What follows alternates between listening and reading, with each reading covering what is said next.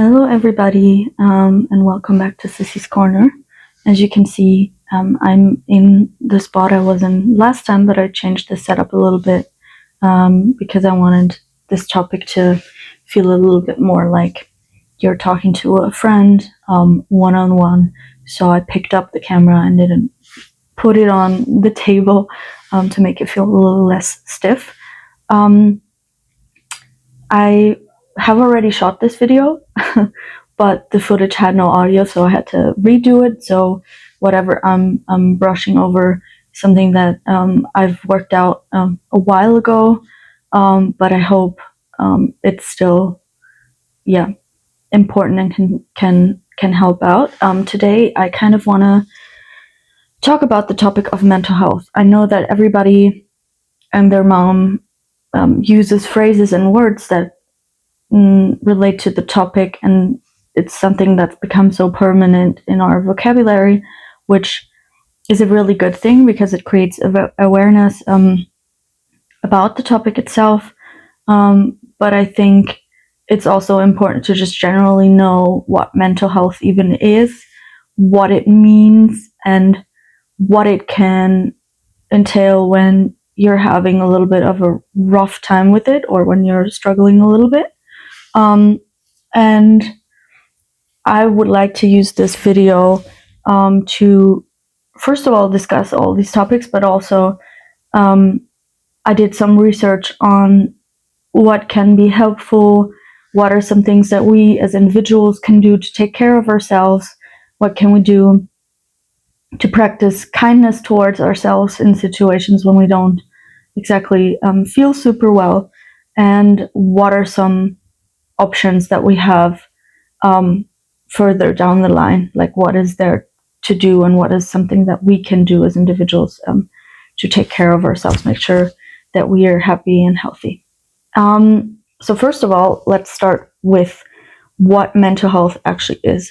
So just like your physical health, you also have mental health. Like, for example, imagine if you've had a cough or if you hurt your wrist, you'd go to see a doctor or seek, help in some way, take care of that injury, put ice on it, do some home remedies, inhale with hot water, I don't know. And the same applies to mental health. So people can struggle with their health in that department because of various reasons, and it doesn't have to always be a huge thing. Some people are just a little bit more sensitive or have like a genetic component to it as to why they have some things going on.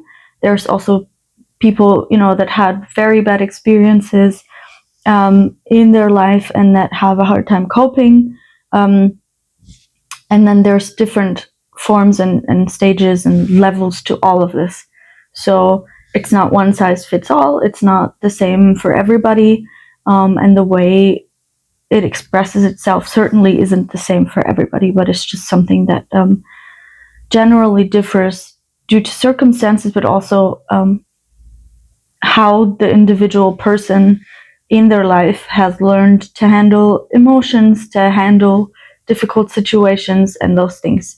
And sometimes it's easier for some people and sometimes it's harder for some people.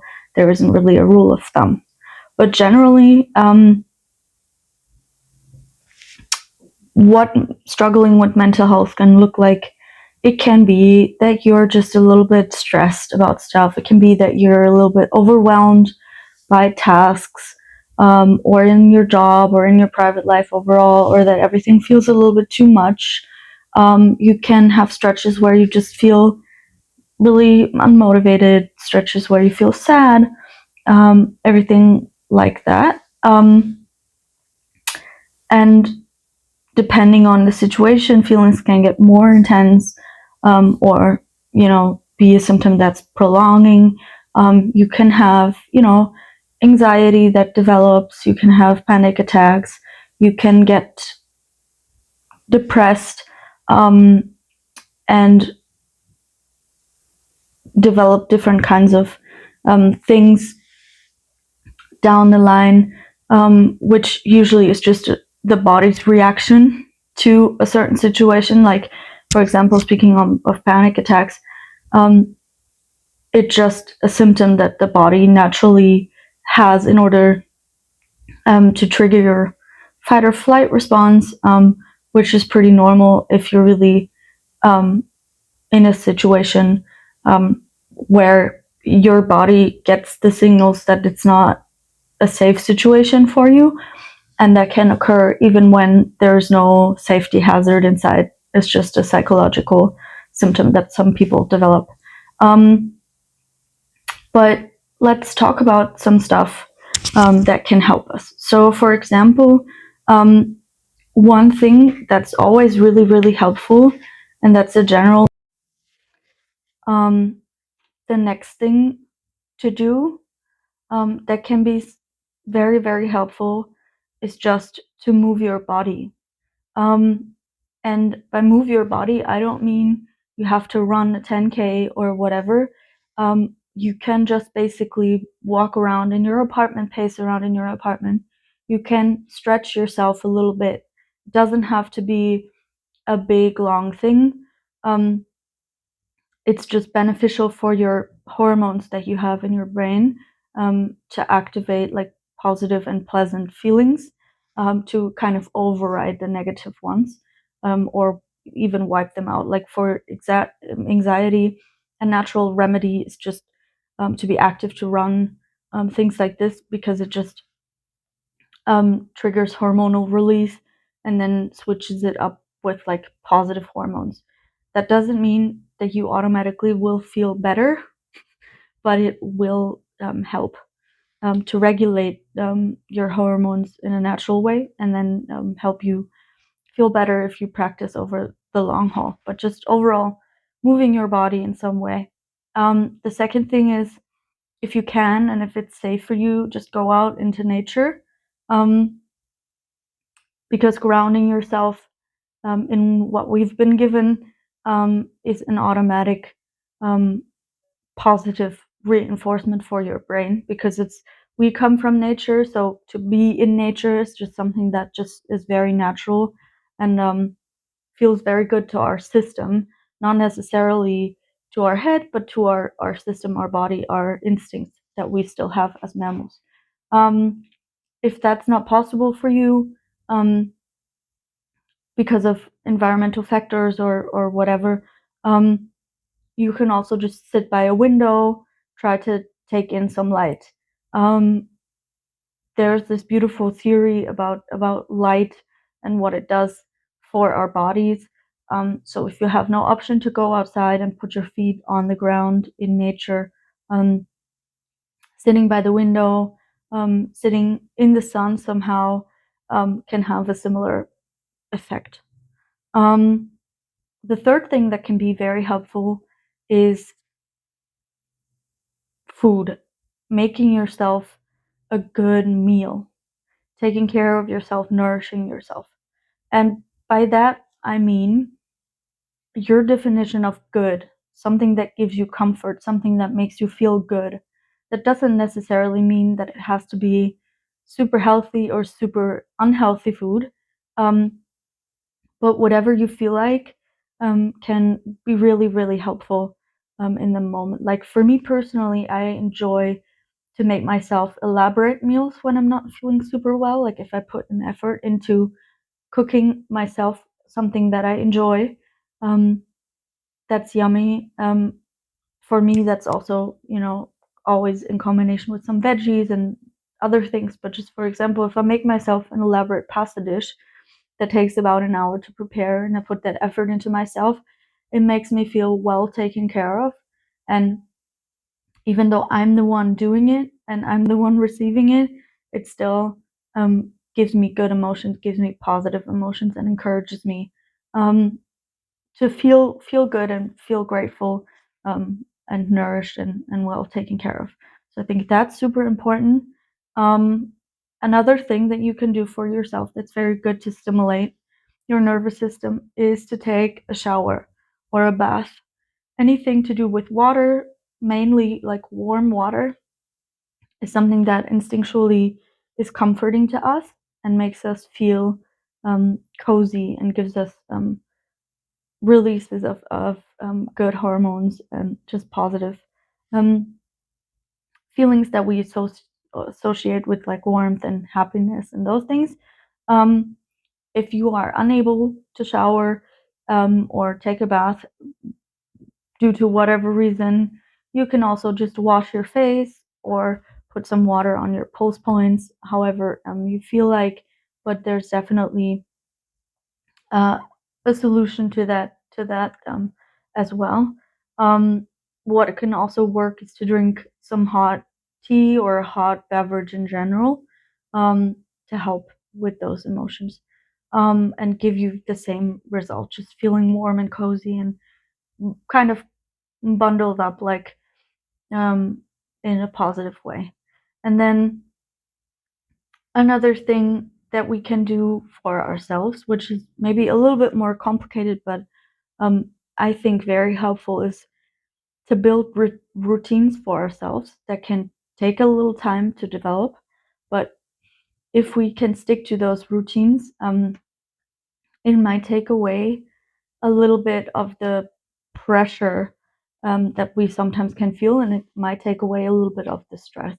Like if you start to implement certain things that you are going to do habitually, and then really stick to it, after a while it becomes natural and it becomes a habit and it becomes something that you don't question or think about, but it can make it easier for yourself to adhere to those rules and then also build a structure for yourself that works really well. Um, the only thing to watch out when building routines is that don't overdo it. I have my own routines, and there used to be a time where I would lose all kinds of flexibility because I couldn't imagine not doing the routines that I had built, and I was like very stringent on just following to a T because that's what made me feel more secure. Um, but it's important to also leave some room um, for some flexibility so that life can actually happen. Because what happened for me was that I missed out on a whole bunch of experiences and things and ended up feeling bad um, later on. But for example, getting up at the same time, trying to go to bed at the same time, is something that you can do for yourself. If it works well, good. If it doesn't, also good. But just, trying to have this kind of schedule, trying to, I don't know, have breakfast at the same time, have lunch at the same time, have dinner at the same time, figure out what you want to eat in advance, do some meal prepping, maybe things like this. But also, for example, having some rules for yourself to relax, which could mean, I don't know, every day I'm doing a 5-minute meditation. I'm not looking at screens in the morning and in the evenings, just general things. It doesn't have to be like a big thing. But for me, what always really helped was to structure my day in a certain way that fit my life, fit my lifestyle, gave me confidence and took away kind of a little bit the worry of when I was going to do what and when I was going to achieve what, because it just was like a automated life that I was kind of living. And like I said, I was overdoing it, but it can be helpful. Um, what's really important to note is um, that it sometimes can happen that it's a little bit too much for an individual to deal with, especially if you don't have any support or if you don't have any people close to you that can help you and support you in your journey. It can sometimes get a little bit much, and it can feel like too big of a thing to deal with your mental health. It can get so overwhelming that you can get kind of stuck and that things can get utterly complicated. And I would always suggest to reach out for help. Just in general, because we are social animals and we need some companionship, and especially when life gets tough, it's so helpful to have a support system. But if for some reason it isn't helpful or it isn't enough for you to reach out to friends, family, your significant other, whomever it might be, um, and it's like a prolonged circumstance where you just feel really bad, um, there's some stuff that you can do or that another person in your life can do for you. There's some resources that are governmentally distributed, and it's a global thing, so it's globally available. There are programs that you can reach out to. There's hotlines you can call, but there's also just email addresses and any kind of contact form that you can fill out when you have a problem. Um, there's also a bunch of articles and a bunch of information online by proven sources that you can read up on in order to get a better idea of what the next steps could be. Um, the main thing is that you can find people to speak to, and it doesn't have to be a costly thing because there are so many people that are just working in nonprofit organizations to help out, and those offers are readily available. You just have to look and search for where you can find them, and this can be quite difficult. Um, and I totally understand that. I think if the programs and things that you have found aren't really helpful to you, or you're at your wit's end, or somebody is recommending you different steps, there's also the option of, you know, trying to see a therapist or going to self-help groups. And there's also, you know, hospitals. It's very important to know that these options are there and that there are things that you can do for yourself to help yourself. And it's not shameful. I think that we are being made to feel shameful about those things. Um, and it can be considered a privilege, and it definitely is a privilege to have that readily available. But there is nonprofit organizations that supply these kinds of services and just are existing. It's just hard to figure out where to get in touch and how to even look for the specific help if you need, especially if you might not know what is happening and how you're feeling this way, because it can, you know, sometimes be unpredictable in a lot of ways. So, um, what I did was, first of all, I used a lot of resources for research for this topic in order to speak on um, scientifically proven facts and like things that have been properly researched, but also um, I looked for a lot of stuff online and I found so much information about where you can contact people, how you can do it, what is available, what are some global initiatives, things like this. So I will be linking those below.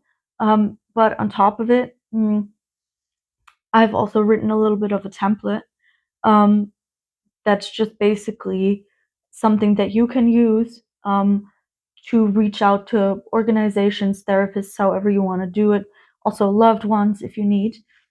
Because I have also been in a situation where I needed to reach out to people and I found it really difficult to kind of summarize what my problems are, but also put it in writing. It was kind of difficult to get out of my head, and that step alone felt so overwhelming. So I thought just writing something that's already there where you can just fill in the blanks or not fill in the blanks at all, but just do it at your comfort level, kind of add to it or take things out, take things away, can be helpful. And it's good for writing emails, of course, but it's also a good script for conversations on the phone, because a lot of the organizations offer like help services that you can call. It's like a hotline you can call. You can just use this as an opening script and then they will ask questions on top of it. but it's just generally helpful, I think, to be a little bit prepared and kind of have an option to just read through, so you don't need to stress about what am I going to say, how am I going to phrase this, whatnot. And it's also going to be linked below and available. Um, yeah, thank you so much for watching, and I hope that we can continue this conversation for the next while going on. Um, And also, what I'm going to start doing is I'm going to start inviting some people that I know, some friends of mine, for future videos to talk about certain topics, to really, yeah, broaden the horizons, and so that it's not only me that you're seeing. But yeah, thank you so much for watching and have a good day. Love you. Bye.